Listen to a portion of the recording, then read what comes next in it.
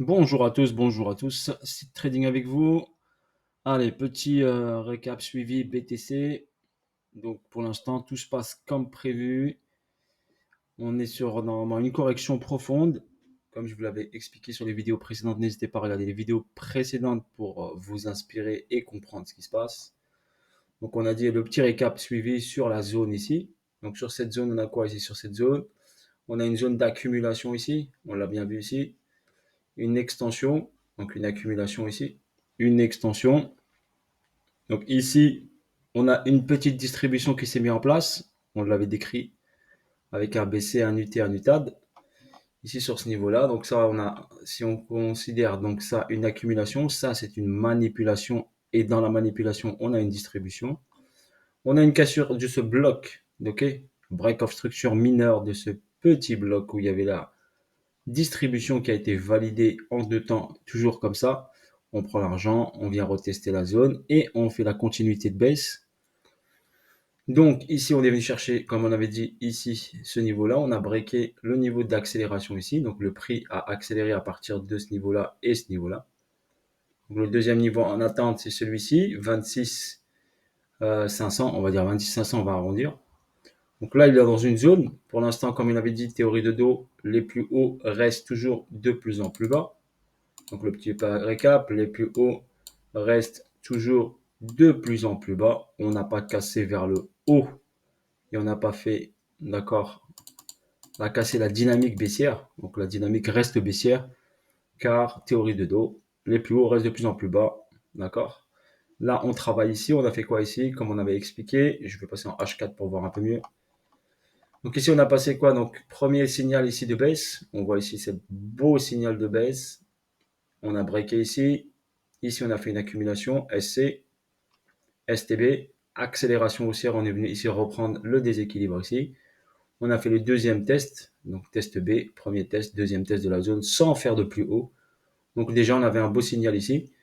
On ne fait pas de plus haut, donc on se dit attention, on a une baisse ici, on accélère vers le haut, mais sans faire de plus haut. Donc là, on commence à s'alerter. On revoit ici notre deuxième signal, d'accord. Donc ici, quand je me dis ici, le premier signal d'alerte. Ici, on avait un deuxième signal d'alerte. Donc, premier signal, on revient, on ne fait pas de plus haut aussi. On écrit un equal high, on le prend sans casser celui-ci. Donc, et on accélère vers le bas. Deuxième signal d'alerte. Donc, ici, le premier, attention. Ici, le deuxième beau signal, une grosse secousse. Ici, boum, deuxième signal. On ne casse pas en bas, on reteste, mais on ne fait pas de plus haut ici. Donc, on reste sur la dynamique baissière, sur l'order flow baissier. Ici, on fait hop, une intention baissière. Première secousse, on avait créé ici une trend line. Donc, on va regarder cette partie en H1.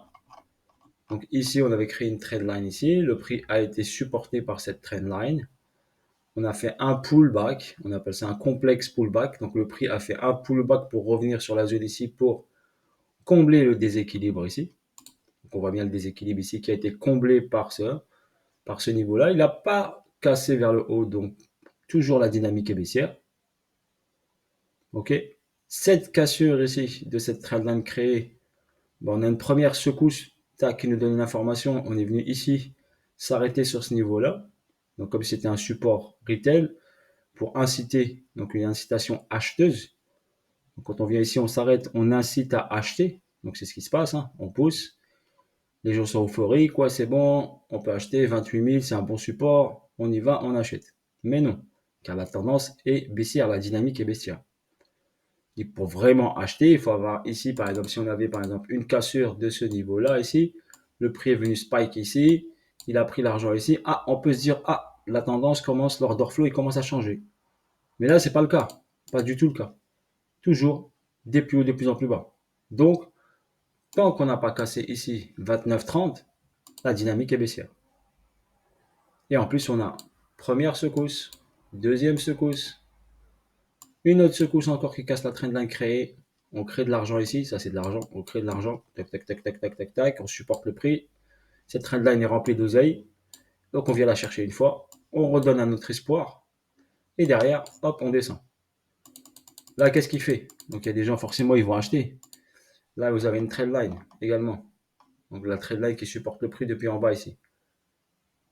d'accord, depuis les 20 000 euros, les 20 000 dollars. Donc là, ici, on a cette trendline ici. Vu que le prix a rebondi ici, donc les gens vont dire c'est judicieux. Ici, vu que je peux acheter ici, bah, je peux encore acheter ici. Ah, mais c'est pas le cas, d'accord. Donc au contraire, le prix va faire quoi? Il va ramasser l'argent ici, il va te le faire ici. Ok, ici il y a de l'argent, il va le ramasser. Ici en plus on a l'information que c'est que le Spring on n'a pas, on a un STB, un test, liquidité en attente, ça va sauter. Ok, et ensuite quand ça va sauter, on a ISA qui est ici, donc qui est proche de ça. Donc forcément quand on va prendre ça, le prix va accélérer. D'accord, ça va accélérer, ça va faire sauter des SL, un SL, une position acheteuse ici. Si le SL est là, eh ben, quand elle va sauter, elle va devenir une position vendeuse au marché. Donc ça va accélérer le mouvement de baisse. D'accord? Donc attendez-vous, comme j'ai dit ici, premier signal, première secousse gentille, deuxième secousse beaucoup plus profonde. Elle sera beaucoup plus profonde. Minimum, pour moi, elle va là-dedans. Déjà, 25 000, on va y aller, je pense, direct. D'accord? Car ici, on a créé beaucoup d'oseille, tac, beaucoup d'argent ici. Ok, on a créé de l'argent sur la trendline, facile à prendre. Tout ça, c'est de la liquidité facile à prendre. Ok, si le prix, bien sûr, veut partir vers le haut, bah, il faut qu'il aille chercher un peu de force. Donc là, on va juste chercher de la force. Ça ne veut pas dire qu'on va cracher tout en bas. D'accord? C'est juste qu'on va chercher de la force dans cette poche de liquidité. Pourquoi? Parce qu'ici, j'ai un price delivery. Ici, j'ai un price delivery. J'ai une distribution BC, SO, UT. Comme je vous l'ai expliqué, tout ça, c'est un UT. Donc, on va revenir là-dedans. C'est juste technique. Ok? Il ne faut pas se prendre la tête. C'est juste technique. Ok? Après, on va voir si tout se passe bien. Normalement, ensuite, arrivé ici, il va rebondir vers le haut, bien sûr, pour nous faire une belle extension, une belle hausse ensuite. Sur ce, bonne journée à vous tous. C'est Trading avec vous. Pour l'instant, le mouvement du prix, pas forcément mon plan, c'est le mouvement du prix se confirme. Voilà, il se confirme. Et maintenant, on va observer ici ces niveaux-là. On va attendre qu'il casse ces niveaux et nous donne l'information. Il nous donne cette belle accélération vers le bas. Voilà, c'est purement technique. Sur ce, bonne journée à vous tous. Bisous à vous tous. Reposez-vous bien.